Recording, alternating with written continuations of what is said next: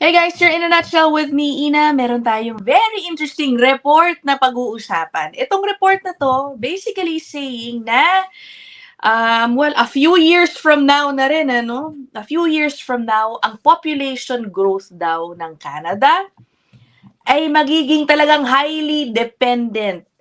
Ang sabi pa nga, parang 100% dependent sa immigration. Okay, interesting, right? So what does that mean? If that is the situation, what does it mean sa future ng immigration policy? Yan, we're gonna discuss that, of course, with our suke, Attorney Lou Dangzalan. Welcome Hello. back. Okay, let me Hi. put... Oh, yeah. Okay, Attorney Lou, yan ang kanyang email nasa ibaba. Pakita natin tong article na ito. Okay. This is from CTV News.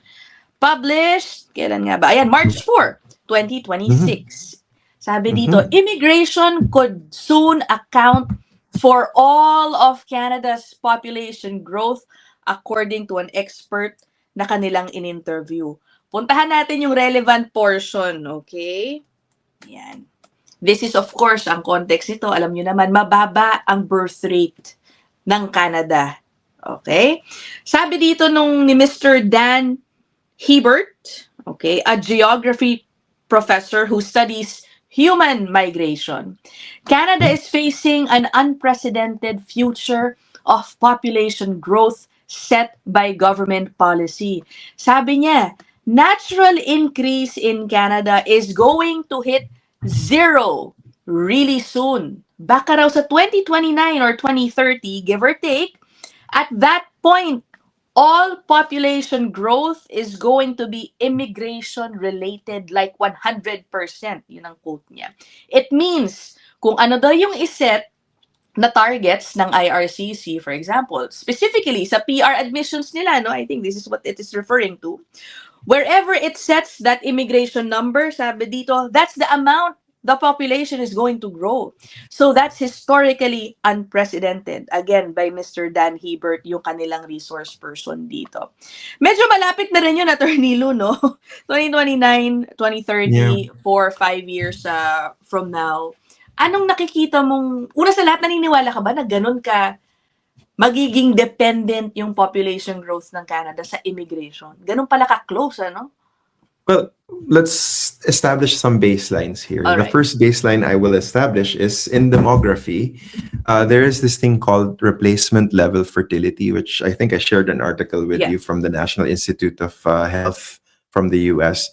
And if you, kapag nag-aaral kayo ng demography, any students of demography would know na ang natural replacement rate for fertility purposes is like 2.1%. Yeah. So in other words, for every 2.1, if a population needs 2.1 children for every woman in order for a population to sustain itself. It also means that yung growth rate ng country. So if it's 2.1%, ang tanong dito, ano ba yung fertility rate ng Canada? Ano ba Ay, yung meron actual din tayo fertility niyan. rate niya? Oh, ito yan. Exactly. So yan. So ito naman guys, galing to sa Statistics Canada. So sabi ng Statistics Canada, Canada's total fertility rate was 1.25 children per woman in 2024, which is a historic low. Okay? That means that in order to hit replacement rate for population sustainability, you need to get to 2.1%. So kung 1.25 yan, compute natin yung diferensya, it's 0.85%. Okay? So, kung titignan natin siya, i-multiply mo against the population base of Canada, 2.1% of about 41.5 million Canadians is at about 870,000 new people in Canada. Yeah. So, syempre, kakount nyo yan. Tapos, ang question dyan, ilan ba dun sa 870,000 yung pinapanganak sa Canada na Canadians? Tapos isasubtract mo doon, of course, yung mga namamatay, di ba? Siyempre, meron din tayong mortality rate. At pangatlo, kung ano yung diferensya, yung 0.85% nga, ito yung kailangan mong i-outsource from migration. Yeah. So, kung titignan natin yung number, again, going back to math, 0.85% of 41.5 million is about 356,000 people. Which is lalayo dun sa levels plan ng Canada, di ba? Correct. Actually, nandun na no? A little bit more lang actually yung nasa immigration levels plan. Ito po yan, ano? It's not that Nice. far.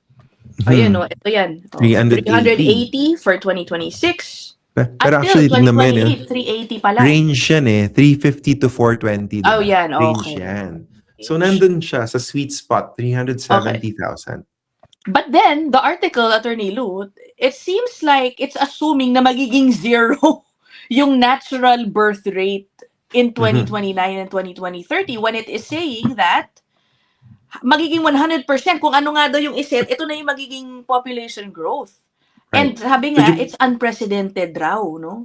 Okay. But Could you anyway, pull up yung sa Statistics Canada ulit? May additional information dyan Ito. Okay. Kasi Ayun, parang sabi, pababa record ng low. pababa yata That's the thing. Correct. Kaya nga record low nga daw siya, di ba? Sabi, Oo. ultra low fertility, etc.,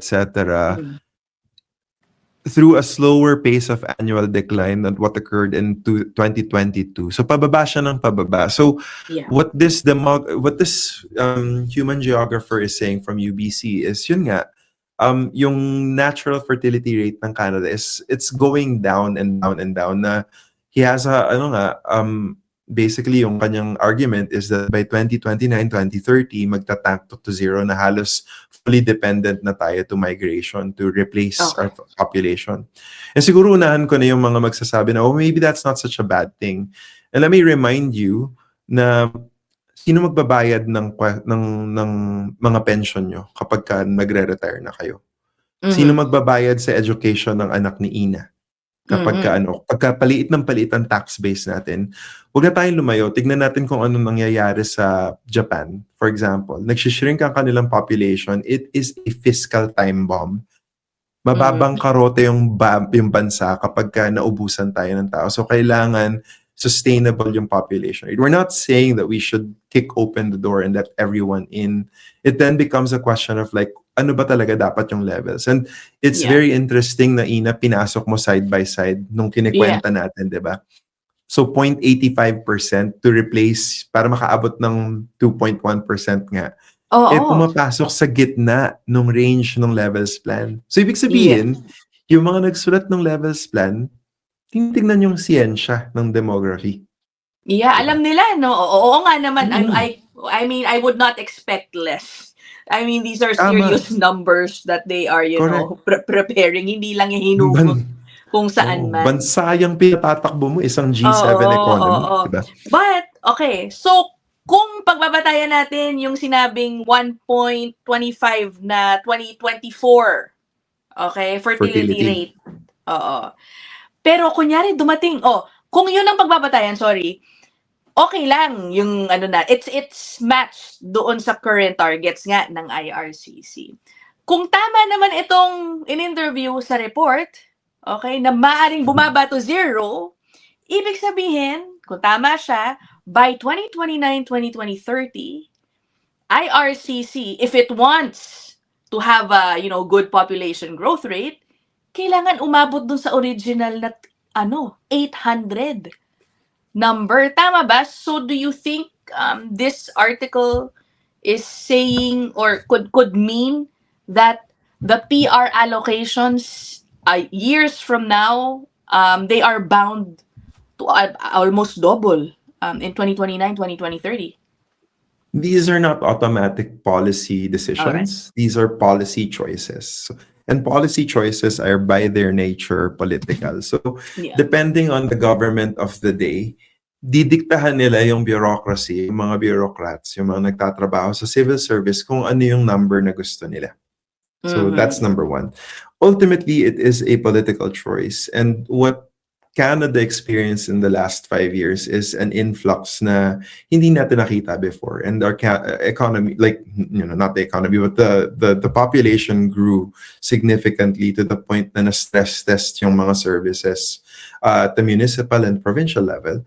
And there's an argument to be made as well na naririnig din natin in some corners of society na we want to be selective about our immigration intake in the sense that we want to let people in who share our values.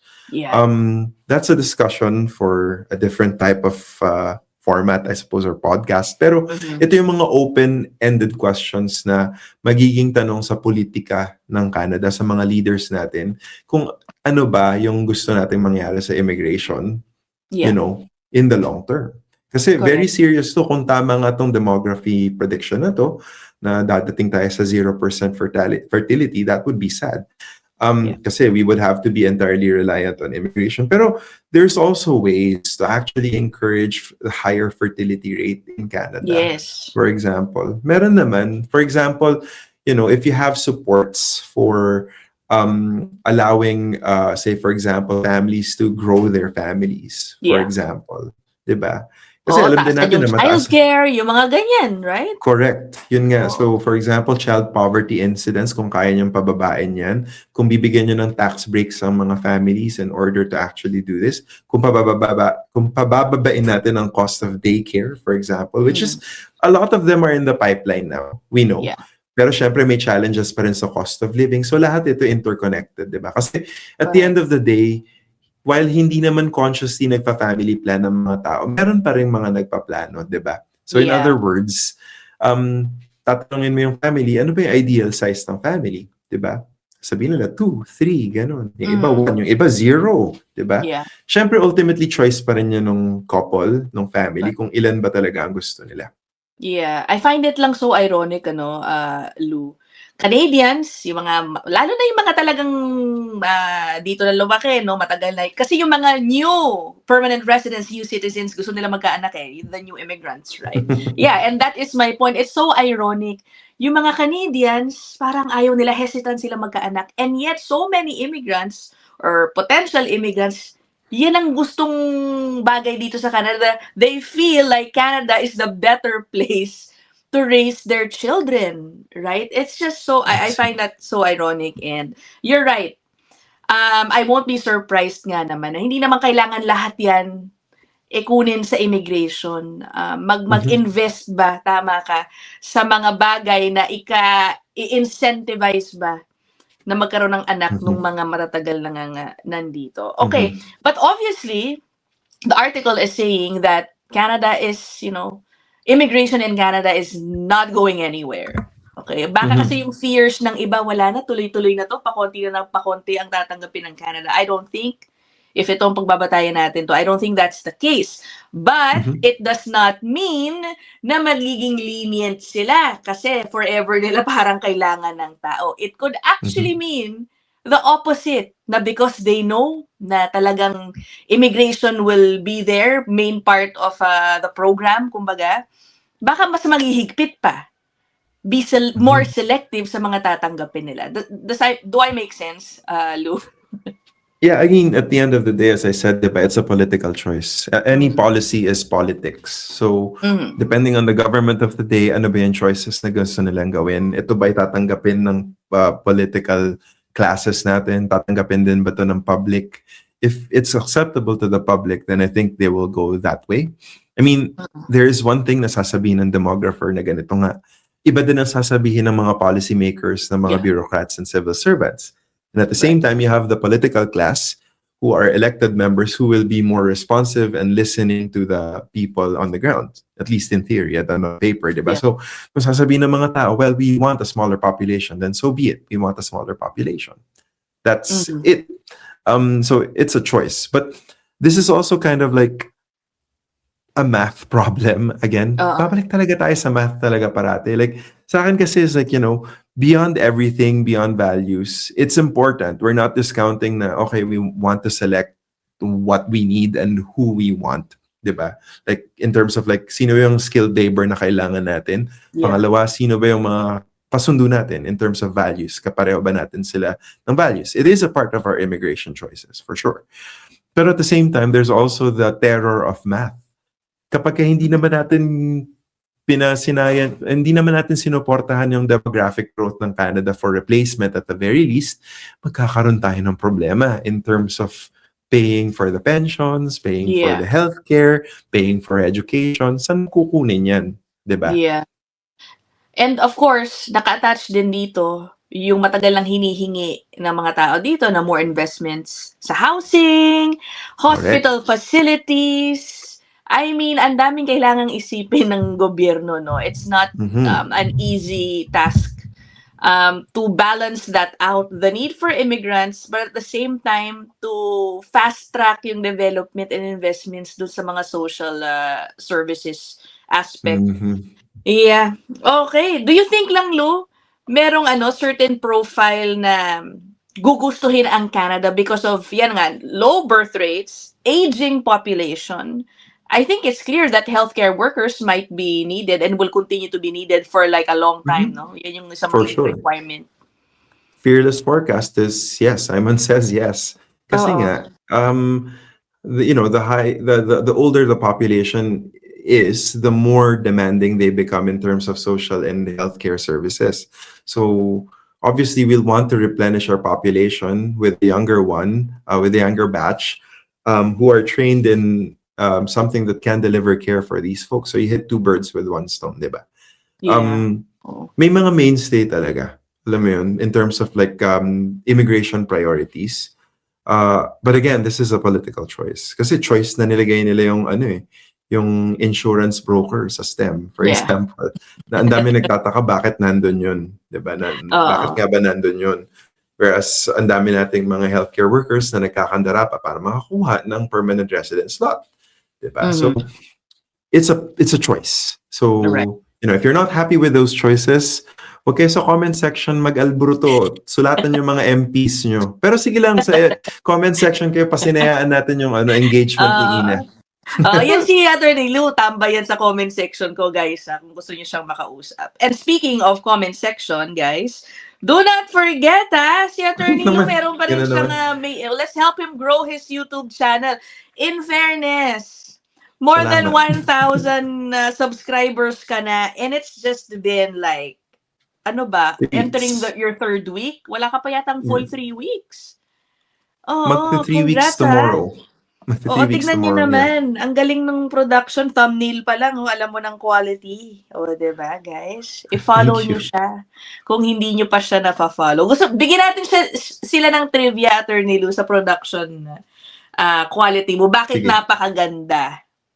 Kasi Okay. kinuha ko yung taga-production quality ni Ina. Wala natin yung katrabaho.